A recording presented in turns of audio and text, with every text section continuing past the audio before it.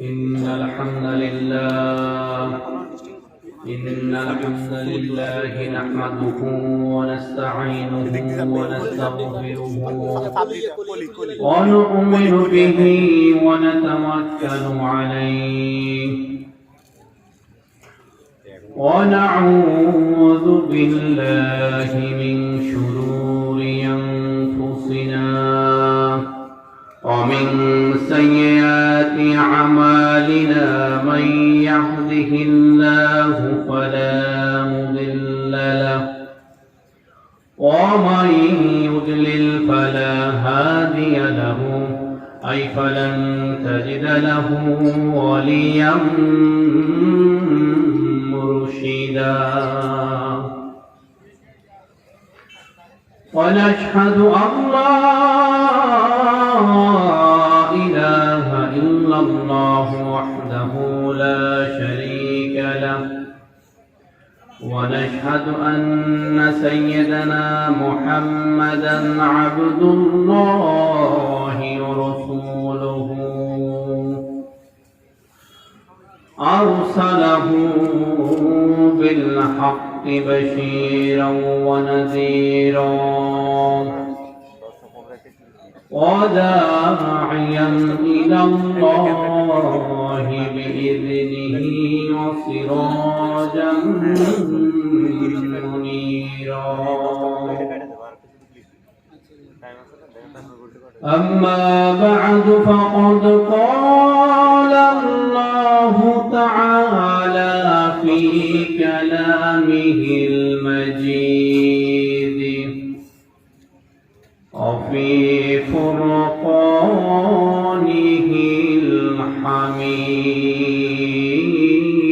الحميد أعوذ بالله من الشيطان الرجيم بسم الله الرحمن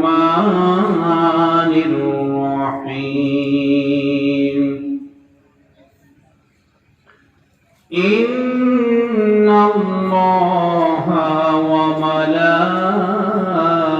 وملائكته يصلون على النبي يا أيها الذين آمنوا صلوا عليه وسلموا تسليما اللهم صل على محمد وعلى آل محمد كما صليت على إبراهيم وعلى آل إبراهيم إنك حميد مجيد اللهم بارك على محمد وعلى آل محمد كما باركت على إبراهيم وعلى آل إبراهيم إنك حميد مجيد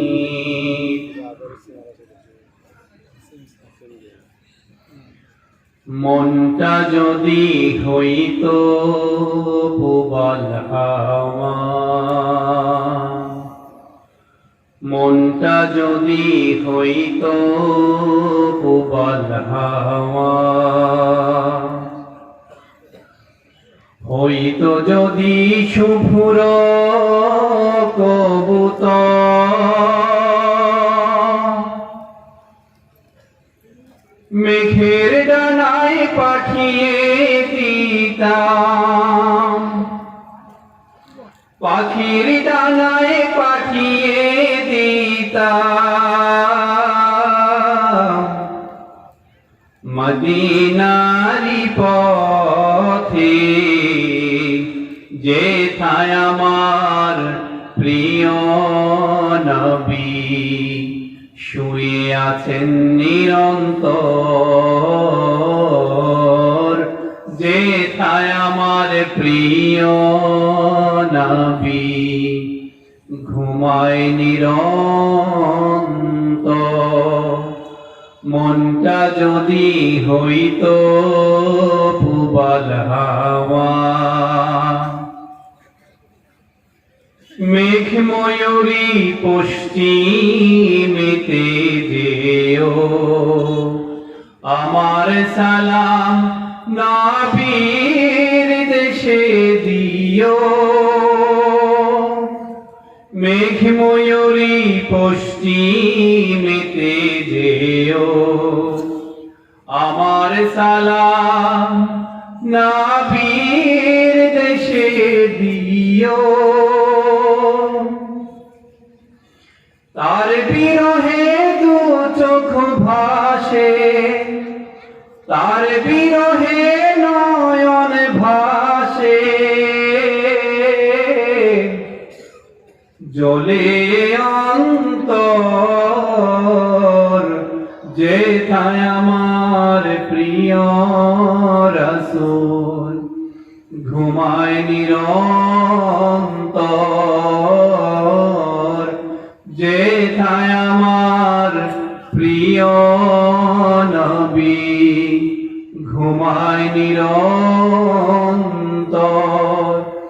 মনটা যদি হইতো পুবাল হাওয়া, হইতো যদি শুভ্র কবুতর, মেঘের ডানায় পাঠিয়ে দিতাম, পাখির ডানায় পাঠিয়ে দিতাম, মদিনারি পথে যেথায় আমার প্রিয় রাসূল শুয়ে আছেন নিরন্তর, যেথায় আমার প্রিয় নবী ঘুমায় নিরন্তর। সম্মানিত আল্লাহর বান্দারা, কেমন আছেন আপনারা সবাই? আলহামদুলিল্লাহ। আলহামদুলিল্লাহ, আমি অনেক ভালো আছি। আপনাদেরকে দেখেই বোঝা যাচ্ছে আপনারা বেশ সজীব, প্রাণবন্ত, একেবারে উৎফুল্ল, ঠিক কিনা? আমরা আল্লাহ সুবহানাহু ওয়া তাআলার কাছে কায়মন বাক্যে শুকরিয়া জ্ঞাপন করছি। আজকে যে কয়েক মিনিট কথা বলবো, এই কথাগুলো যেন আমরা একটু মনোযোগ দিয়ে শুনতে পারি। আমি এতটুকু বলতে পারি, আসলে আমি একজন মোটিভেশনাল স্পিকার। আমি মানুষকে মোটিভেট করি, মোটিভেট করার চেষ্টা করি, ভেতর থেকে পেঁয়াজের খোসার মতো স্তরে স্তরে স্তরীভূত করে বদলাতে কিছুটা কথা বলার চেষ্টা করি। আমি আপনাদের কাছে দোয়া চাই, আল্লাহ সুবহানাহু ওয়া তাআলা যেন আমাকে কবুল করুন। এট দ্য সেম টাইম আপনারা যারা শুনছেন তারা যেন এই কিছুক্ষণ কিয়ৎকালের জন্য হলেও আমাকে একটু মনোযোগ দিয়ে শুনতে পারেন, এবং আমার সাথে আমি আশা করব আজকের এটা একটা ক্লাস মনে করবেন। যে মানুষটি আপনার সাথে আপনার সামনে দাঁড়িয়ে কথা বলছেন, বসে কথা বলছেন, he is your teacher and you are learning from him. At the same time, একটু আগে যিনি কথা বলেছেন তিনি ছিলেন আমাদের শিক্ষক, আর আমরা সবাই ছিলাম ছাত্র। আবার আমার পরপরই উঠবেন শেখ মোল্লা নাজিমউদ্দিন হাফিজাহুল্লাহ। তিনি যখন কথা বলবেন তিনি হবেন, he will be our teacher, and আমরা তার কাছ থেকে শিক্ষা গ্রহণ করব, আমরা হব তার ছাত্র। আমরা সবাই বলি ইনশাআল্লাহ। আসলে আজকের এই অনুষ্ঠানে, এই মহতী অনুষ্ঠানের সম্মানিত সভাপতি জনাব আলহাজ মোহাম্মদ রিদওয়ান চৌধুরী, সাবেক প্রশাসনিক কর্মকর্তা, বাংলাদেশ সচিবালয়, তিনি কি এসেছেন? ধন্যবাদ। আপনার সাথে দেখা হয়েছে, আলহামদুলিল্লাহ। আসলে আমরা সবাই বলি মারহাবা, আমাদের সভাপতি মহোদয় আমাদের সাথেই আছেন, তাই না? অনেক জায়গায় পাওয়া যায় না। আমাদের সাথে আছেন। অনুষ্ঠানের সম্মানিত প্রধান মুফাসসির হিসাবে আছেন খ্যাতনামা ইসলামী স্কলার হযরত মাওলানা মোল্লা নাজিমউদ্দিন সাহেব হাফিজাহুল্লাহ। কথা বলেছেন মাওলানা মুহাম্মদ হাসান হাফিজাহুল্লাহ। খুব চমৎকার করে কথা বলেছিলেন, কোরআন সুন্নাহর আলোকে কথা বলছিলেন। কেমন লেগেছে আপনাদের? আলহামদুলিল্লাহ। আশা করছি আপনারা সবাই মন্ত্রমুগ্ধ হয়ে শুনেছেন। আসলে যারা কোরআন থেকে কথা বলেন, যারা কোরআন দিয়ে কথা বলেন, তারা সত্য কথা বলেন। The people who speak from the Holy Quran, they speak the truth, no doubt in it. There is no misgiving here. যারা কোরআন দিয়ে কথা বলেন তারা সত্য কথা বলেন। যারা কোরআন দিয়ে বিচার বিশ্লেষণ করেন তারাও সত্য বিচার বিশ্লেষণ করেন। কিন্তু এই কোরআনের পরিপন্থী গিয়ে আমরা ধরাকে সরাজ্ঞান করে দুর্বলের উপর সবল হয়ে অত্যাচার নিয়মিত করছি কি করছি না? ধরাকে সরাজ্ঞান করে আমরা কোরআনের বিরুদ্ধাচরণ করতেও একবারের বেশি দুবার ভাবছি না। এই কোরআন দিয়ে কথা বলতে হবে। কেন? যালিকাল কিতাবু লা রাইবা ফীহি হুদাল লিল মুত্তাকিন। This is the book, the most authentic book in the world. There is no misgiving, there is no doubt in it, and guidance for those who are the muttaqin. যারা মুত্তাকিন তাদের জন্য হচ্ছে এটা পথ নির্দেশনা, একটা গাইডেন্স, একটা গাইডলাইন। অতএব আপনাকে কথা বললে কোরআন দিয়েই কথা বলতে হবে, কোরআন দিয়েই বিচার বিশ্লেষণ করতে হবে। কিন্তু যারা ধরাকে সরাজ্ঞান করে আমরা দুর্বলের উপর সবল হয়ে অত্যাচার করি, মনে রাখবেন দিনে দিনে বহু বাড়ি আছে দেনা শুধিতে হইবে ঋণ। আপনি যা করেন এটা আপনার দিকে ফিরে আসবে। বুমেরাং কি চিনেন? বুমেরাং হচ্ছে, মনে রাখবেন, every action has an equal and opposite reaction. প্রত্যেকটা জিনিসের সমান এবং বিপরীতমুখী প্রতিক্রিয়া রয়েছে। আপনি ভালো করলে ভালো আপনার দিকে আসবে, আপনি খারাপ করলে খারাপ আপনার দিকে আসবে। Today or tomorrow. আল্লাহ রাসূল সাল্লাল্লাহু আলাইহি ওয়াসাল্লাম বলেছেন, যে আচরণ, যে জুলুম তুমি করেছো, মনে রাখবেন ওই অত্যাচার, ওই জুলুম আপনার দিকে ফিরে আসা না পর্যন্ত আপনার মৃত্যু পর্যন্ত হবে না। আপনি কারোর উপর জুলুম করছেন, এই জুলুম জুলমাত হয়ে অন্ধকার হয়ে আপনার মাথার উপর চেপে বসবে। আপনি ফুলসারাতের পথ খুঁজে পাবেন না। আপনাকে পুঙ্খানুপুঙ্খ হিসাব দিয়েই তারপর পরিত্রাণ পেতে হবে। فَمَن يَعْمَلْ مِثْقَالَ ذَرَّةٍ خَيْرًا يَرَهُ وَمَن يَعْمَلْ مِثْقَالَ ذَرَّةٍ شَرًّا يَرَهُ। প্রত্যেকটা জিনিসের পুঙ্খানুপুঙ্খ হিসাব দিয়ে আপনাকে পরিত্রাণ পেতে হবে। The day of judgment, the day of accountability, the day of responsibility, the day of resurrection. আপনার সেই বিচারের দিনে আপনাকে বিচারের সম্মুখীন হয়ে পুঙ্খানুপুঙ্খ হিসাব দিয়ে পরিত্রাণ পেতে হবে। কখন? যখন সূর্য অন্ধকারে ঢেকে যাবে, যখন তারকারাজি নিজেদের আলো হারাবে, যখন পর্বতমালা মরীচিকার ন্যায় উধাও হবে, যখন সকল বন্য পশুকে একত্র করা হবে, যখন সমুদ্রের জলরাশি স্ফীত হবে, যখন দেখে আবার আত্মা সংযুক্ত হবে, যখন জীবন্ত কবর দেওয়া শিশু কন্যাকে জিজ্ঞেস করা হবে কোন অপরাধে তাকে হত্যা করা হয়েছিল, যখন প্রত্যেকের আমলনামা দেখানো হবে, যখন আকাশের আবরণ সরানো হবে, যখন জাহান্নামের আগুনকে গনগনে লাল করা হবে, যখন জান্নাতকে দৃশ্যমান করা হবে, সেদিন প্রত্যেকেই বুঝতে পারবে কোন পরিণতির জন্য সে নিজেকে প্রস্তুত করেছে, অর্থাৎ কি করার কথা ছিল আর তিনি কি করেছেন। আলিমাত নাফসুম মা আহদারাত, আলিমাত নাফসুম মা কদ্দামাত ওয়া আখরাত। সেদিন প্রত্যেকেই বুঝতে পারবে পশ্চাতে কি রেখে এসেছে এবং অগ্রেসে কি পাঠিয়েছে। ওই দিন অনেকের চেহারা হবে ক্লান্ত, ক্লিষ্ট, ভীত, সন্ত্রস্ত, লজ্জায় অপমানে আপনার মস্তক থাকবে অবনত। সেদিন যারা জুলুমের শিকার হয়েছে তারা শুধু তাকিয়ে দেখে আপনার খেলা দেখবে। আসলে ভাই, আবার ওই দিন অনেকের চেহারা হবে আনন্দ উজ্জ্বল, অর্জনে পরিতৃপ্ত। তাই আসুন আমরা যেন think twice before you leave, একটু যেন চিন্তা করি, কথা বললে চিন্তা চেতনা করলে যেন আমরা কোরআন থেকে কথা বলি, আল্লাহ রাসূলের দেখানো পথে যেন আমরা চলতে পারি। মনে রাখবেন, প্রত্যেকটা জিনিসের পুঙ্খানুপুঙ্খ হিসাব দিয়ে কিন্তু আপনাকে পরিত্রাণ পেতে হবে। তো আসলে সম্মানিত আল্লাহর বান্দারা, আপনারা কি আছেন আমার সাথে? আমরা আসলে প্রাথমিক জীবনে জীবন থেকে সুখ চাই, আনন্দ উপভোগ করতে চাই, একটু ভালো থাকতে চাই, একটু প্রশান্তি পেতে চাই, চাই কি না? একটু ভালো থাকতে চাই। আসলে জীবনটা বিচ্ছিন্ন কিছু নয়, জীবন হচ্ছে সবগুলো দিকের সমন্বয়। তো আমি আশা করছি আপনারা যদি কিছুক্ষণ মনোযোগ দিয়ে আমার কথা শুনেন, আশা করছি গতানুগতিক যে কনভেনশনাল যে কথাগুলো হয় তার বাইরেও আজকে এমন দু চারটি কথা শুনবেন, আমি নিশ্চিত এখানে অনেকে আছেন যেগুলো জীবনও শোনেন নাই।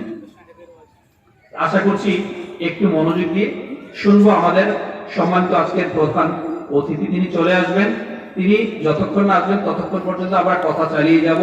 Hope you will stay with me ইনশাআল্লাহ বি ইজনিল্লাহ। আসলে আমরা জীবন থেকে কি চাই? সবাই সুখ চাই, শান্তি চাই, প্রশান্তি চাই। If we are eligible to coordinate with this world and the next world, our life will be changed by the mercy and blessings of omnipotent as well as omniscient Allah. আমরা যদি এই ইহকাল এবং পরকালের সাথে কিছুটা সমন্বয় করতে পারি, তাহলে আমাদের প্রায় প্রত্যেকের জীবনে সুখ আসবে, শান্তি আসবে, আসবে অনাবিল আনন্দ। এই জীবনে সুখ এবং শান্তি আনয়নের এক অব্যর্থ প্রক্রিয়া হচ্ছে শুকরিয়া জ্ঞাপন করা, শুকর গুজার হওয়া। প্রতিটা মুহূর্তে যেন আমরা শুকরিয়া জ্ঞাপন করতে পারি, শুকর আলহামদুলিল্লাহ বলতে পারি মন থেকে। You will have to say শুকর আলহামদুলিল্লাহ from the core of your heart. অন্তরের অন্তঃস্থল থেকে যদি আপনি বলতে পারেন শুকর আলহামদুলিল্লাহ, আপনি ভালো থাকবেন। আসলে একটা মানুষ যখন শুকরিয়া আদায় করে, বাহির থেকে নতুন করে আর তার কোনো কিছু ইনপুট দিতে হয় না, কারণ আল্লাহ সুবহানাহু ওয়া তাআলা আপনার ভেতরটাকে এমন ভাবে সাজিয়েছেন, আপনি যদি শুকরিয়া আদায় করে প্রশান্ত প্রত্যয় নিয়ে বিশ্বাসের আলোকে কর্মে ঝাঁপিয়ে পড়েন, ইউ উইল বি সাকসিডেড, আপনি সফল হবেন ইনশাআল্লাহ। এখানে তরুণ ইয়াং স্টুডেন্ট কারা কারা আছে? তো হাত উঠাও তো। ছাত্র কতজন আছো? সবাই হাত উঠালে। ছাত্র কতজন আছে বলো? লিল্লাহি তাকবীর, আল্লাহু আকবার, লিল্লাহি তাকবীর, আল্লাহু আকবার। স্টুডেন্ট যারা আছি এবং যারা যারা বিয়ে করেছেন, যাদের সন্তান আছে, তারা আশা করছি কথাগুলো একটু আমরা মনোযোগ দিয়ে শুনব। আসলে আকাশের নীলিমায়, সাগরের গভীরে, মাটির পরতে, বালুর রেণুতে, শব্দের তরঙ্গে, প্রাণের বৈচিত্র্যে, ঝর্ণার প্রবাহে, পাতার মরমর শব্দে, পাখির কিচিরমিচির শব্দে, চকিত চমকিত চাহনির মানুষের মাঝেও আল্লাহর মহিমা নবরূপে দীপ্যমান। Which favors of your Lord will you deny? স্রষ্টার কোন নিয়ামতকে তুমি অস্বীকার করবে? ফাবিআইয়ি আলাই রাব্বিকুমা তুকাযযিবান। লাকাদ খালাকনাল ইনসানা ফি আহসানি তাকওয়িম। আমি মানুষকে সুন্দরতম উপায়ে গঠন করেছি। Which favors of your Lord will you deny? ফাবিআইয়ি আলাই রাব্বিকুমা তুকাযযিবান। স্রষ্টার কোন নিয়ামতকে আপনি অস্বীকার করবেন? আসলে স্রষ্টার কোন নিয়ামতকে অস্বীকার করার সুযোগ নেই। যদি আপনি আত্মনিমগ্ন হতে পারেন, যদি আপনি আপনার অন্তরে ডুব দিতে পারেন, যদি আপনি কিয়ৎকালের জন্য একটু মনোযোগী হন যে আল্লাহ আমাকে কি দিয়ে পৃথিবীতে তার প্রতিনিধি হিসাবে পাঠিয়েছেন, আপনি যদি একটু গভীরভাবে মনোযোগ দেন, আপনি কপাল ঘষে ঘষে স্রষ্টার ইবাদত বন্দেগী করতে মন চাবে আপনার। You will have to offer salah 5 times in a day. 5 ওয়াক্ত নামাজ আপনি কপাল ঘষে ঘষে আদায় করবেন যদি আপনি একটু আত্মনিমগ্ন হতে পারেন, এবং কোন কোন বৈচিত্র্যতা, কতটা গুণাবলী দিয়ে আল্লাহ আপনাকে সমন্বিত করেছেন, তাই দেখবো আজকে আমরা আলোচনার পরতে। সম্মানিত হাজিরিন, আমরা আসলে শুকরিয়া জ্ঞাপন করতে পারি না। আমরা অনেক সময় অন্যের দিকে তাকিয়ে থাকি, অন্যের দিকে তাকাতে গিয়ে নিজের মতো আল্লাহ কি দিয়েছেন তার কথাই কিন্তু আমরা বেমালুম ভুলে গিয়েছি। বাংলাদেশের একজন এই করোনা আউটব্রেকে 14 লক্ষ কোটি টাকার মালিক ছিলেন। কত? 14 লক্ষ কোটি টাকার মালিক তিনি ছিলেন। তিনি যখন জীবন সায়নে পৌঁছলেন, এই যে করোনার সময়, আমি আবার কিন্তু ভ্যাকসিন দিয়ে আসছি। আপনারা ভ্যাকসিন দিয়েছেন কে কে? দেখে হাত উঠান তো। আলহামদুলিল্লাহ, উনি ভ্যাকসিন দিয়েছেন, আমি কিন্তু ভ্যাকসিন দিয়েছি। এই ভয় না পেয়ে আপনারা ভ্যাকসিন দেন, ঠিক আছে? একটা হচ্ছে প্লাসিবো থেরাপি আর একটা হচ্ছে নাসিবো থেরাপি। হ্যাঁ, আপনি যদি বিশ্বাসের সাথে পানিও ভিতরে ঢুকাইতে পারেন, এটা কিন্তু আপনার জন্য কার্যকরী হবে, আপনি সুস্থ হবেন। আর অবিশ্বাস করে যদি আপনি আরো একেবারে অরিজিনাল ঔষধ আপনি ভিতরে ঢুকান, আপনি কিন্তু সুস্থ হবেন না, কারণ আপনি বিশ্বাসী না। তো হোয়াটএভার ইট ইজ, যা বলছিলাম, এই করোনা আউটব্রেক চলাকালীন সময়ে বাংলাদেশের একজন কত লক্ষ কোটি টাকার মালিক? 14 লক্ষ কোটি টাকার মালিক। তিনি যখন জীবন সায়নে পৌঁছালেন, তিনি শুধু বলছিলেন just he was suffering from suffocation. তিনি শ্বাসকষ্টে ভুগছিলেন। আমার কথা কি বুঝতে আপনাদের কষ্ট হয়? বুঝতে পারেন? তিনি শ্বাসকষ্টে ভুগছিলেন। তিনি শুধু ডাক্তারকে বলছেন, I will give you all of my asset, I will give you everything, snatch all of my asset, শুধু try to eliminate my suffocation. আমার শ্বাসকষ্টটাকে একটু কমিয়ে দাও। আই ওয়ান্ট টু লিভ, আমি বাঁচতে চাই, আমি বাঁচতে চাই, প্লিজ আমাকে বাঁচিয়ে তুলুন। ডক্টর অনেক চেষ্টা করলেন, কিন্তু তাকে বাঁচাতে পারলেন না। তিনি কত লক্ষ কোটি টাকার মালিক ছিলেন? 14 লক্ষ কোটি টাকার মালিক। ইউএস এর একজন ধনকুবের ছিলেন, ইউএস এর একজন ধনকুবের ছিলেন, নাম হচ্ছেন হেনরি ফোর্ড। তিনি মোটর কোম্পানির মালিক। তাকে একবার সাংবাদিক জিজ্ঞেস করেছিলেন, আপনি এত লক্ষ কোটি টাকার মালিক, গত 6 মাসের জীবনে আপনার লাইফে ঘটে যাওয়া কোন একটা গুরুত্বপূর্ণ তথ্য আমাদেরকে দেন। মানে গত 6 মাসে আপনার জীবনে ঘটেছে এমন একটা তথ্য যাতে আপনি খুব বিস্মিত, হয় আনন্দিত হয়েছেন, নাকি দুঃখ প্রকাশ করেছেন, এমন একটা ঘটনা আমাদেরকে বলেন। ওই ধনকুবের বললেন, গত 6 মাসের লাইফে আমি একটি ডিমের কুসুমের অর্ধেক খেয়েছি এবং সেটা আমার হজম হয়েছে।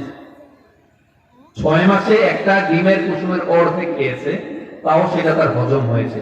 আসলে he was not capable to digest any food, কোনো খাবার তার হজম হতো না। এত লক্ষ লক্ষ কোটি টাকার মালিক, কিন্তু তার কোনো কিছুই হজম হতো না। তা আপনারা এখনো শুকরিয়া আদায় করবেন না? আজকে দুপুরে পেট ভরে কে কে খেয়েছেন বলেন তো? মাশাআল্লাহ মাশাআল্লাহ, সবাই পেট ভরে খেয়েছি। তারপর আপনি শুকরিয়া জ্ঞাপন করবেন না? অথচ আপনার সামনে কোটি কোটি টাকার মালিক, তিনি বলেছেন 6 মাসে একটা ডিমের কুসুম খেয়েছেন, তাও সেটা হজম হয়েছে, তিনি শুকরিয়া আদায় করেছেন। আসলে you can purchase everything for your sleeping, for your comfort, but you can never purchase your sleeping. আপনি ঘুমের জন্য, আরামায়েশের জন্য সবকিছু ভোগ করতে পারেন, সবকিছু ক্রয় করতে পারেন, কিন্তু ঘুমকে, প্রশান্তি কি কখনো আপনি কিনতে পারবেন? যদি আল্লাহ সুবহানাহু ওয়া তাআলা আপনার ঘুম না দেয়, তাহলে আপনি ঘুমকে কখনো ঔষধ দিয়ে কিনতে পারবেন না। আমরা একবার জোরে বলি, বলেন শুকর আলহামদুলিল্লাহ, শুকর আলহামদুলিল্লাহ। আপনারা কি মাইকেল জ্যাকসনের নাম শুনেছেন? তিনি কি ছিলেন? আপনারা তো অনেক কিছু জানেন। তিনি একজন পপ শিল্পী, তিনি গাইতেন, তাই না? তিনি পরবর্তীতে মুসলমান হয়েছেন, ওই লেভেলের মুসলমান আর কি, মুসলমান হয়েছেন। তারপর আমরা সাধুবাদ জানাই। দেখেন, তার 100 কোটি ডলারের সম্পদ ছিল। কত? 100 কোটি ডলার যদি আপনার হয়, আপনি সারা জীবন কয়েক পুরুষ নিয়ে বাঁচতে পারবেন। 100 কোটি ডলারের সম্পত্তি ছিল, কিন্তু এট দ্য সেম টাইম তার 40 কোটি ডলারের ঋণ ছিল। এই 40 কোটি ডলার ঋণের কারণে তার জন্য 100 কোটি ডলার সম্পদ বাজেয়াপ্ত না হয়ে যায়। এই কারণে he was suffering from depression, from frustration. তিনি হতাশায় ভুগতেন, তিনি ফ্রাস্ট্রেশনে ভুগতেন, দুশ্চিন্তায় ভুগতেন, যার কারণে তিনি সবসময় পেইন কিলার খেতেন, ব্যথানাশক ঔষধ খেতেন। তিনি যখন মারা যান, তার পাকস্থলীকে যখন পোস্টমর্টেম করা হলো, তার পাকস্থলীতে কিছু পেইন কিলার ছাড়া, ব্যথানাশক ঔষধ ছাড়া কিছুই পাওয়া যায়নি। তার মানে তার খাবার ছিল পেইন কিলার। তিনি যেদিন মারা গেছেন, এই দিনও তিনি পেইন কিলারে খেয়েছেন। আপনাদের পেন ক্লিয়ার কাদের কাদের খেতে হয় প্রতিদিন বলেন? হ্যাঁ, প্রতিদিন খেতে হয়। পেন ক্লিয়ার খাওয়া লাগছে না, আপনি শুকরিয়া জ্ঞাপন করবেন না? জোরে বলি আলহামদুলিল্লাহ। আজকে পরতে পারতে দেখবো আমরা কেন আলহামদুলিল্লাহ বলবো, কেন শুকরিয়া জ্ঞাপন করবো। আপনি আস্তে আস্তে যত আলোচনার গভীরে ঢুকবেন, আপনি বিস্মিত হবেন, আপনি মুগ্ধ হবেন, আপনি অভিভূত হবেন। মন থেকে আপনি সবসময় শুকরগুজার থাকবেন, শুকরিয়া আদায় করবেন। আসলে নিজের দিকে না তাকিয়ে অন্যের দিকে তাকাই। অন্যে ভালো থাকলে আমার কষ্ট লাগে, অন্যের শান্তি থাকলে আমার হিংসা হয়, অন্যের হাসিটাকে বেশি সুন্দর মনে হয়, অন্যকে দেখতে বেশি সুন্দর মনে হয়, অন্যের চাকরি পাইলে আমার ভালো লাগে না, অন্যের সম্পদশালী হলে আমার ভালো লাগে না, অন্যের উপরের দিকে উঠলে আল্লাহ যদি তাকে উপরের দিকে সম্মানিত করেন আমার ভালো লাগে না, আমার হিংসা হয়, হয় না আমাদের? এই হিংসা বিদ্বেষ করতে করতে আল্লাহ সুবহানাহু ওয়া তাআলা আমাদেরকে কি দিয়ে সজ্জিত করেছেন তার কথাই আমরা বেমালুম ভুলে যাই। এই যে দেখেন, মানব দেহ হচ্ছে এমন একটা ইমারত, মানব দেহটা হচ্ছে এমন একটা ইমারত যার প্রায় 98%, 98% অ্যাটম বলেন, পরমাণু বলেন বা অংশ বলেন, এক বছরে চেঞ্জ হয়ে যায়। মানে আপনার দেহটা এক বছরে আপনি থাকেন না, চেঞ্জ হয়ে নতুন আপনি হন। এই যে চামড়া, একটা মানুষের চামড়া 5 থেকে 7 সপ্তাহে একবার চেঞ্জ হয়ে যায়, নতুন চামড়া রিজেনারেট হয়। সুবহানাল্লাহ বলবেন না? আপনার যে পাকস্থলী, আপনার পাকস্থলী 5 থেকে 6 দিনের পাকস্থলীর যে আবরণ একবার চেঞ্জ হয়ে নতুন করে আবরণ তৈরি হয়। তা না হলে আপনার পাকস্থলী নিজে হজম হয়ে পায়খানার সাথে স্টুলের সাথে বের হয়ে যেত। একটু মনোযোগ দেন, এগুলো একটাও কিচ্ছা গল্প না, গাজী কালুর পুঁথি না, এগুলো বাস্তবতা, এগুলো সায়েন্স।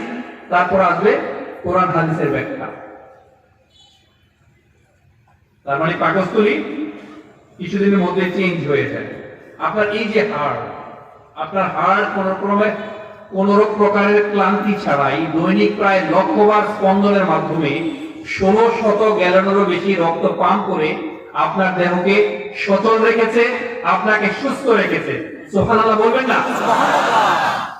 1 গ্যালন সমান কয় লিটার বলেন তো?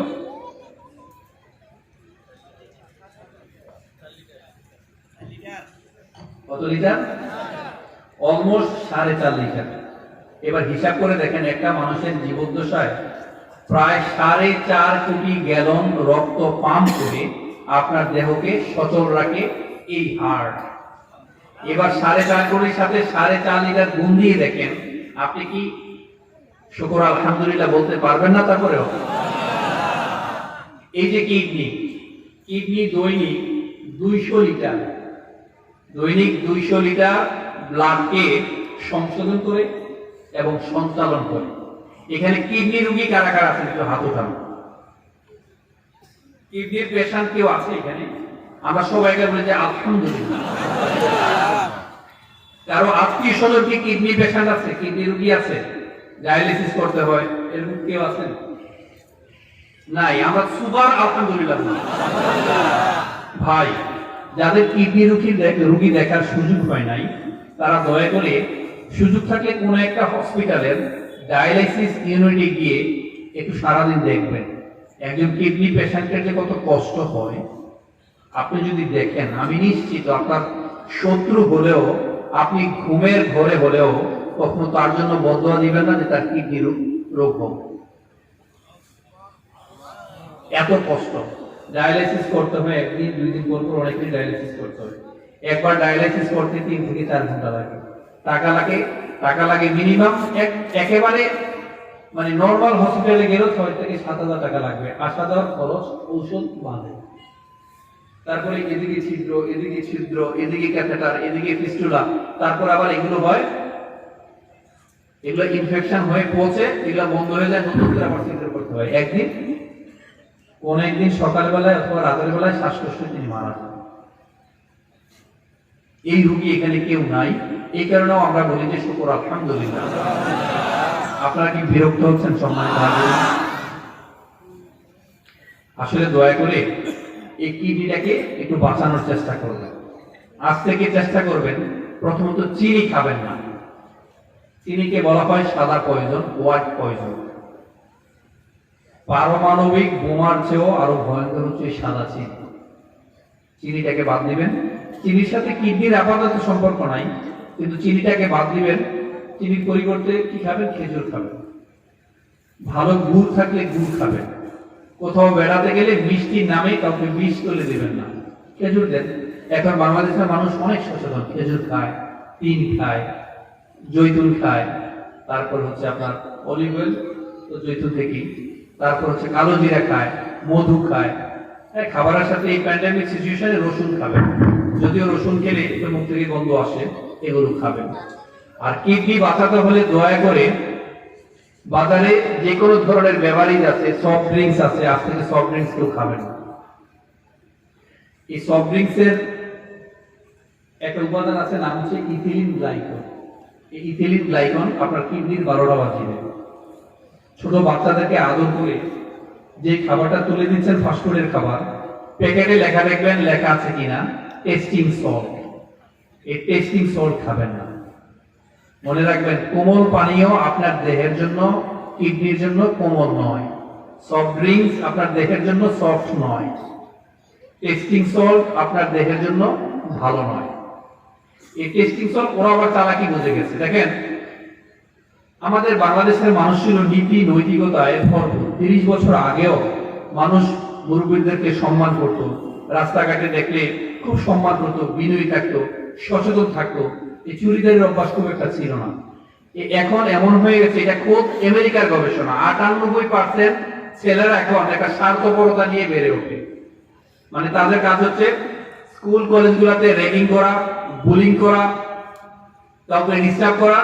এই চিন্তা চেতনা নিয়ে তারা বড় হয় একটা স্বার্থপরতা নিয়ে, শুধু আমি ভালো থাকবো, আমি ভালো থাকবো, অন্য কেউ খারাপ থাকবো, আমার কোনো যায় আসে না। এটা হচ্ছে খোদ আমেরিকার একটা গবেষণা রিপোর্ট। তো যা বলছিলাম, আপনি এই যে টেস্টিং সল্ট, এটা অনেকগুলো উপাদানে থাকতে পারে। একটা হচ্ছে এমএসজি অথবা মনোসোডিয়াম গ্লুটামেট। দেখেন ওরা কিরকম চালাক, এখন টেস্টিং সল্ট মানুষ বুঝে গিয়েছে, ওরা টেস্টিং সল্ট লিখে না, লিখে এমএসজি, আপনি বুঝবেন না। অথবা দেখে মনোসোডিয়াম গ্লুটামেট, ওইটা তো বুঝবেন না। তো মানুষ খাচ্ছে, মানুষ খাবে। এগুলো থেকে আমরা পরিত্রাণ পেতে চাই। আর আমার এই যে চক্ষু বলেছি, চক্ষু, এই চক্ষু ছোট্ট একটা চক্ষু, অথচ সবচেয়ে powerful lens. You can gather minimum 80% knowledge. এই চোখ দিয়ে ফ্রম ইউর আইসাইট, এই দৃষ্টিশক্তি দিয়ে আপনি কমসে কম 80% জ্ঞানকে আপনি একোয়ার করতে পারছেন। সুবহানাল্লাহ বলবেন না? এই যে ছোট্ট একটা জিহ্বা, এই জিহ্বার যে উপরিভাগ, এটার পার স্কয়ার সেন্টিমিটার দিয়ে কমসে কম অলমোস্ট 500 ধরনের স্বাদকে আপনি উপভোগ করতে পারছেন। তারপরে শুকর আলহামদুলিল্লাহ বলবেন না? দেখেন, আমরা শুকরিয়া আদায় করতে পারি না। আর আমাদের এই যে ব্রেইন, 5000 কোটি টাকার মস্তিষ্কের কথা আমরা নাইবা বললাম। এটা আপনি বসে বসে হিসাব করবেন। এবার আমি আমার এই বর্ণনার সর্বশেষ বর্ণনা দিয়ে অন্য আলোচনায় যাব। এই বর্ণনা হচ্ছে আমাদের এই যে দেহের হাড়, প্রত্যেক 3 মাসে কোষগুলো চেঞ্জ হয়ে নতুন করে রিজেনারেট হয়। তারপরে হাড়ে হাড়ে কেন ব্যথা থাকে? আমাদের কোমরে ব্যথা, সার্ভাইকাল স্পন্ডিলাইসিস থাকে, লাম্বার স্পন্ডিলাইসিস থাকে, আর্থ্রাইটিস থাকে, স্পাস্টিসিটি থাকে, ব্যথা থাকে। অনেকের কার্ডিয়াক অ্যারেস্ট হয়, স্ট্রোক হয়, অনেকের দুরারোগ্য ব্যাধি, ক্যান্সারও মতো আক্রান্ত হওয়ার সম্ভাবনা দেখা দেয়। কেন? অনেকগুলো কারণের মাঝামাঝি আপনি এই জায়গাটা মনোযোগ দিয়ে শুনবেন। অনেকগুলো কারণের পাশাপাশি এটা একটা অন্যতম কারণ হচ্ছে যে প্রতিনিয়ত না শুকর বোঝা, পাই না, পেলাম না, খেলাম না, অল্পতে তুষ্ট হতে আমরা পারি না। এই যে অল্পতে তুষ্ট হতে পারি না, আমরা শুকরিয়া জ্ঞাপন করতে পারি না, শুকর আলহামদুলিল্লাহ বলতে পারি না। এই না পাওয়ার বেদনায় চাপা কষ্ট জমতে জমতে জমতে আপনার দেহে একটা অ্যাসিডিক সিচুয়েশন তৈরি হয়, আপনার রোগ প্রতিরোধ ক্ষমতা নষ্ট হয়ে যায়। আমাদের ব্রেইনে একটা জিনিস আছে, নাম হচ্ছে যে একটা নিউরো ট্রান্সমিটার রয়েছে, এটার একটা উপাদান হচ্ছে সেরোটোনিন। আপনি যখন না শুকর বোঝার হবেন, অল্পতে তুষ্ট হবেন না, মানুষকে ক্ষমা করতে পারবেন না, মানুষের প্রতি আচরণ আপনার সুন্দর হবে না, তখন এই সেরোটোনিনের প্রবাহ কমতে থাকে, রক্তে ক্ষতিকর ল্যাকটেটের পরিমাণ বাড়তে থাকে। আপনি রোগগ্রস্ত হয়ে ওঠেন, আপনি অল্পতে অসুস্থ হয়ে যান, কোনো ওষুধে কাজ হয় না। 75% রোগ অর্থাৎ 75 মনোদৈহিক রোগে আপনি আক্রান্ত হন, যেগুলো আপনার দেহে প্রকাশ পায়, কিন্তু আপনি লালন করছেন, মন দ্বারা লালন করে বেড়াচ্ছেন, বা প্রকাশ পায় কিসে? আপনার দেহে প্রকাশ পায়। অনেক দুরারোগ্য ব্যাধিতে আপনি আক্রান্ত হচ্ছেন। অনেকের দেখবেন কোনো ব্যথার ওষুধে কাজ হয় না, ঘুমের ওষুধে ঘুম আসে না। কার কার এরকম বাসায় আছে বলেন তো? আপনার মায়ের অথবা বাবার ঘুমের ওষুধ খাচ্ছে কিন্তু ঘুম আসে না, এরকম হাত উঠান তো কে কে আছেন? অনেকেই আছেন, কিন্তু ঘুমের ওষুধ খাচ্ছেন, শুধু ঘুমের না। দেখবেন অনেকে মুড়ি চানাচুরের মতো ওষুধ খায়। আজকে তো আমি একটা রিপোর্ট শুনে খুব আমি আতঙ্কিত হয়ে গিয়েছি। এই তথ্যটা আমি আগেও জানতাম। ফার্মেসিতে অনেক নকল ওষুধ আসে, নকল ওষুধের সয়লাভ। আপনি ধরেন কোনো অ্যান্টিবায়োটিক নিচ্ছেন সুস্থ হওয়ার জন্য, বা দুরারোগ্য ব্যাধিতে আপনি আক্রান্ত সুস্থ হওয়ার জন্য আপনি ওষুধ নিচ্ছেন, বাট এই ওষুধটা টোটালি ভেজাল। অরিজিনাল ওষুধের নামে নকল যে ওষুধ বের হয়েছে আপনি বুঝবেন না, দোকানদার ছাড়া। তার মানে আপনার মা, আপনার বাবা, আপনার আদরের কোমলমুখী সন্তান অসুস্থ হয়ে পড়ে আছে, আপনি দোকানে গিয়েছেন, ভেজাল ওষুধ দিয়েছে আপনাকে। এগুলার হিসাব কাল হাসরের দিনের অপেক্ষা করা লাগবে না, দুনিয়াতে আপনি ভোগ করে তারপরে আপনি নিঃশেষ হয়ে যাবেন। মানুষকে আঘাত দিচ্ছেন, মানুষকে ক্ষতি করছেন, বিষ খাইয়ে মারছেন, আপনি খাবারের মধ্যে বিষ দিচ্ছেন, ফরমালিন মিশাচ্ছেন। এই চুরি বিদ্যা কিন্তু ব্রিটিশরা আমাদেরকে শিখিয়েছে। একসময় আমরা পাটিগণিত করতাম, মানুষ কিন্তু আমাদের দেশের মানুষ সচেতন ছিল, নীতি নৈতিকতায় ভরপুর ছিল, দে ওয়ার ভেরি অনেস্ট। কিন্তু তারা প্রথম আমাদেরকে পাটিগণিত শিখিয়েছে, 10 কেজি দুধের মধ্যে 5 কেজি পানি মিশালে $2 লাভ কত টাকা হবে। এই যে চুরি বিদ্যা আমাদেরকে শিখাইলো, আমরা এখনো ধরে আছি এগুলো, বাট নীতি নৈতিকতা আমরা পরিবর্তন হতে পারছি না। আসলে মুদ্রা কথা হচ্ছে আপনি অসুস্থ হয়ে যান। আপনি যখন অসুস্থ হয়ে যান তখন কোনো ওষুধে আর কাজ হয় না। তাইলে আমরা কি এখন শুকরগুজার হবো, শুকরিয়া আদায় করব? তাহলে বলি আমরা শুকর আলহামদুলিল্লাহ। আসলে আপনি যে বেঁচে আছেন, শুকরিয়া আদায় করার জন্য এতটুকু যথেষ্ট, আপনি এখনো বেঁচে আছেন। আল্লাহ সুবহানাহু ওয়া তাআলা আপনাকে বাঁচিয়ে রাখিয়েছেন। এই করোনা এই পর্যন্ত কতজন লোক মারা গিয়েছে? 20 লক্ষ, সারা বিশ্বব্যাপী 20 লাখেরও বেশি লোক মারা গিয়েছে। তার মধ্যে আপনি মারা যান নাই, আপনি এখনো বেঁচে আছেন। আপনি শুকরিয়া আদায় করবেন না? হয়তোবা অনেকে করোনা আক্রান্ত হয়েছে, অথবা অনেকে আছেন এখন করোনা আক্রান্ত হননি। আপনি শুকরগুজার আদায় করতে হবে। একজন অন্ধ মানুষ, হেলেন কেলার নাম শুনেছেন, তিনি দৃষ্টি প্রতিবন্ধী ছিলেন, লেখক ছিলেন, সারা বিশ্বব্যাপী ঘুরে বেরিয়েছেন। তাকে একবার জিজ্ঞেস করা হলো, দেখেন তিনি মুসলমানও না, আমরা মুসলমান হয়ে আমরা কেন শুকরগুজার আদায় করতে পারবো না, শুকরিয়া আদায় করতে পারবো না? একজন মুসলমান না, হেলেন কেলার, তাকে জিজ্ঞেস করা হলো, যে তুমি দৃষ্টি প্রতিবন্ধী, এতে করে কি স্রষ্টার প্রতি তোমার কোনো এলিগেশন নাই, অভিযোগ নাই? কোনো অভিযোগ নাই আল্লাহর প্রতি, তুমি যে দৃষ্টি প্রতিবন্ধী? তিনি শুধু বলেন, স্রষ্টা আমাকে এত এত কিছু দিয়েছে, আমি শুকরিয়া আদায় করতে শেষ করতে পারি না, আমি অভিযোগ করব কখন? আসলে হাতের কাছে, কোলের কাছে যা আছে তা অনেক আছে। লা ইন শাকারতুম লাযীদান্নাকুম ওয়া লা ইন কাফারতুম ইন্না আযাবি লাশাদীদ। নিয়ামতের শুকরিয়া আদায় করলে এই নিয়ামত বাড়িয়ে দেন কে? আল্লাহ। আল্লাহ সুবহানাহু ওয়া তাআলা বাড়িয়ে দেন। মনে রাখবেন, আল্লাহর খজানা কিন্তু বিশাল। কতটা বিশাল? মনে করেন এই সারা বিশ্বব্যাপী সবটা হচ্ছে একটা মাঠ, আরাফাতের ময়দান মনে করেন। আদম আলাইহিস সালাম থেকে শুরু করে কিয়ামত পর্যন্ত যত মানুষ পৃথিবীতে আসবেন, সব মানুষ ওই মাঠে দাঁড়িয়ে যদি আল্লাহর কাছে সব সময় চায় যে আল্লাহ আমাকে এটা দাও, স্বর্ণের পাহাড় দাও, আমাকে এটা দাও, সেটা দাও, আর আল্লাহ যদি দিতে থাকেন, আল্লাহর এতটুকু পর্যন্ত, সম্পদের ছিটে পড়া পর্যন্ত শেষ হবে না। সুবহানাল্লাহ বলবেন না? বরং আপনি স্রষ্টার শুকরিয়া আদায় করতে যদি সারা জীবন শেষ করে ফেলেন, আপনার এই শুকরিয়া শেষ করতে পারবেন না।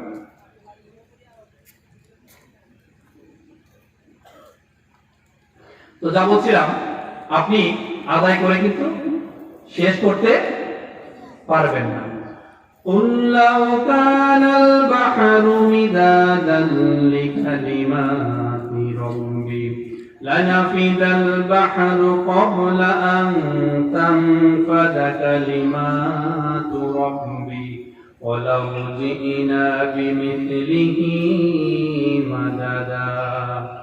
সাগরের জলকে কালি করে, পারেন না পারেন বলেন, সাগরের জলকে কালি করে, গাছের পাতাকে খাতা করে, তোমার মহিমা লেখা শেষ হবে না, যদিও লিখি প্রভু জীবন ভরে।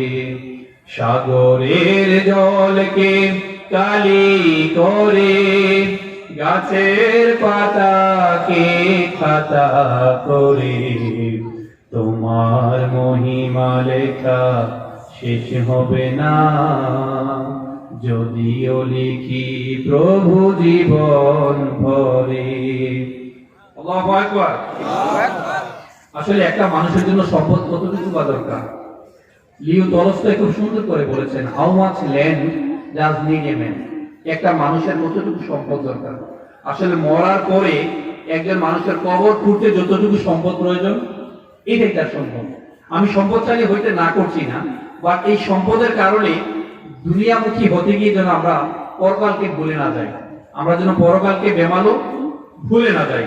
দেখেন, সত্যিকার অর্থে জীবনের সবচেয়ে বড় সত্য হচ্ছে কোন সম্পদে আপনাকে নিরাপত্তা দিতে পারে না। পাকিস্তানের 22 পরিবারের একটা অন্যতম পরিবার ছিল ইস্পাহানি পরিবার। এই ইস্পাহানি পরিবারের সদস্য বলছেন, I am the poor millionaire. সে নাকি সবচেয়ে গরিব লক্ষপতি। তো বলেন, সম্পত্তি তাকে নিরাপত্তা দিতে পেরেছে? এত সম্পদের মালিক, তারপরে সে শুকরিয়া আদায় করতে পারছে না। আল্লাহ রাসূল সাল্লাল্লাহু আলাইহি ওয়াসাল্লাম সবসময় শুকরগুজার থাকতেন। তিনি বলতেন, ওয়াজা আল্লি শাকুর, যে আমাকে সবসময় শুকরগুজার বান্দাদের অন্তর্ভুক্ত রাখো, আমার চোখে আমাকে ছোট বানাও, অন্যের চোখে আমাকে বড় করে রাখেন। মা আয়েশা বলতেন, দুইটি কালো বস্তু ছাড়া আমার ঘরে খাবারের কিছু ছিল না, একটা হচ্ছে পানি, আরেকটা হচ্ছে খেজুর। মাসের পর মাস চলে যেত, ঘরে চুলাও পর্যন্ত জ্বালাইতে পারতেন না, অথচ আমরা এত খাবার খেয়ে এত সম্পদশালী হয়েও আমরা শুকরিয়া জ্ঞাপন করতে পারি না। আমরা বলি তো শুকর আলহামদুলিল্লাহ। হযরত আইয়ুব আলাইহিস সালামের সারা দেহে একটা পোকায় ধরেছে, আমরা জানি না? তাকে পোকায় খেতে খেতে খেতে এত বেশি পোকা হয়েছে, গা থেকে পোকা নিচে পড়ে যাচ্ছে। তিনি পোকাকে গায়ের উপর দিয়ে বলছে, এই পোকা তোকে আল্লাহ দিয়েছে খাওয়ার জন্য, আমাকে খা। তিনি ওই অবস্থায় শুকরিয়া আদায় করেছেন কার? আল্লাহ শুকরিয়া আদায় করেছেন। ফাযকুরুনি আযকুরকুম ওয়াশকুরুনি ওয়ালা তাকফুরুন। তোমরা আমাকে স্মরণ করো, আমি তোমাদেরকে স্মরণ করব। তোমরা শুকরগুজার হও, অকৃতজ্ঞ হও না। আসলে মায়েদের প্রতি সম্মান, শ্রদ্ধা, ভালোবাসা রেখেই বলছি, even lies at the foot of mother. পুরুষদের পায়ের নিচে কি থাকে? জুতা থাকে, আর মায়ের পায়ের নিচে জান্নাত থাকে। তাদের প্রতি সম্মান রেখে আমি বলছি। জাহান্নামে আল্লাহ রাসূল সাল্লাল্লাহু আলাইহি ওয়াসাল্লাম দেখেছেন যে দুটি কারণে মহিলাদেরকে জাহান্নামে সবচেয়ে বেশি দেখেছেন, তার একটি কারণ হচ্ছে তারা না শুকরগুজার, তারা শুকরিয়া আদায় করতে পারে না। হাজবেন্ড যদি মনে করেন 99% আপনি অনেক কিছু দিয়েছেন, 99 ভাগই দিয়েছেন, শতভাগ দিতে পারেননি, কোন কারণে 1% দিতে পারেননি, তখন সে বলবে তুমি তো আমার জন্য কিছুই করোনি। পুরুষরা খুব খুশি হয়ে গেছেন না? কিন্তু মনে রাখবেন, কাল হাসরের দিন ওই মহিলা মানে আপনার ওয়াইফের কাছ থেকে কিন্তু সার্টিফিকেট নেওয়া হবে যে আপনার হাজবেন্ড কেমন ছিল। আত্মতৃপ্তির ঢিকর গেলে হবে না, ওই মহিলাদের কাছ থেকে জিজ্ঞেস করা হবে আপনার হাজবেন্ড আপনার সাথে কি ধরনের বিয়ে করেছেন। অনেক পুরুষ আছেন যারা এত নোংরা আচরণ করেন তাদের স্ত্রীদের সাথে, এত ব্যাড বিহেভ করেন, বাজে বিহেভ করেন, অনেকেই আছেন। উপরে আমরা খরচ দেখাচ্ছি আমরা খুব ভালো আচরণ করছি না, কিন্তু ভেতরে এই নরম দেহের মানুষের উপর আমরা গায়ে এত অত্যাচার করি, মারধর করি, রাগারাগি করি, ধমকাধমকি করি। কিন্তু মনে রাখবেন, যে বলেছিলাম every action has an equal and opposite reaction. প্রত্যেকটা জিনিসের সমান এবং বিপরীতমুখী প্রতিক্রিয়া রয়েছে। আপনি অন্যায় করছেন, মহিলাদের গায়ে হাত তুলছেন, আপনি এমন এক জায়গায় গিয়ে মাইর খাবেন, তখন এটার প্রতিশোধ দিতে হবে, কারণ আপনি যা করছেন তা আপনার দিকে ফিরে আসবে। আল্লাহ রাসূল সাল্লাল্লাহু আলাইহি ওয়াসাল্লাম বলেছেন, একজন মানুষ যখন তার আরেক ভাইয়ের জন্য দোয়া করে, প্রার্থনা করে, সবসময় কল্যাণ কামনা করে, আল্লাহ আল্লাহ একজন ফেরেশতা ওই বান্দার মাথার কাছে নিয়ে পড়েন এবং তিনি মাথার কাছে দাঁড়িয়ে দোয়া করতে থাকেন, হে আল্লাহ, তোমার এই বান্দা অন্য ভাইয়ের জন্য যে দোয়া করেছে, যে প্রার্থনা করেছে, যে কল্যাণ কামিতা কামনা করেছে, আগে প্রত্যেকটা জিনিস তার ভেতর থেকে শুরু হোক, তার দিক থেকে শুরু হোক। বলে আমরা সুবহানাল্লাহ। একটা সেন্টেন্স যদি এমনটা হয়ে থাকে যে আপনি আরেকজনের অকল্যাণ কামনা করছেন, তাকে আপনি ধরে মারধর করছেন, তার প্রতি রূঢ় আচরণ করছেন, আর এই প্রত্যেকটা বিষয় যদি আপনার দিক থেকে শুরু হয়, আপনার অস্তিত্ব থাকবে না। এখনো সময় আছে যে আমরা পরিশীলিত আচরণ করি, ভালো আচরণ করি। রাসূল সাল্লাল্লাহু আলাইহি ওয়াসাল্লাম সর্বদা শুকরগুজার থাকতেন, শুকরিয়া জ্ঞাপন করতেন, ইতিবাচক থাকতেন। কেন থাকতেন?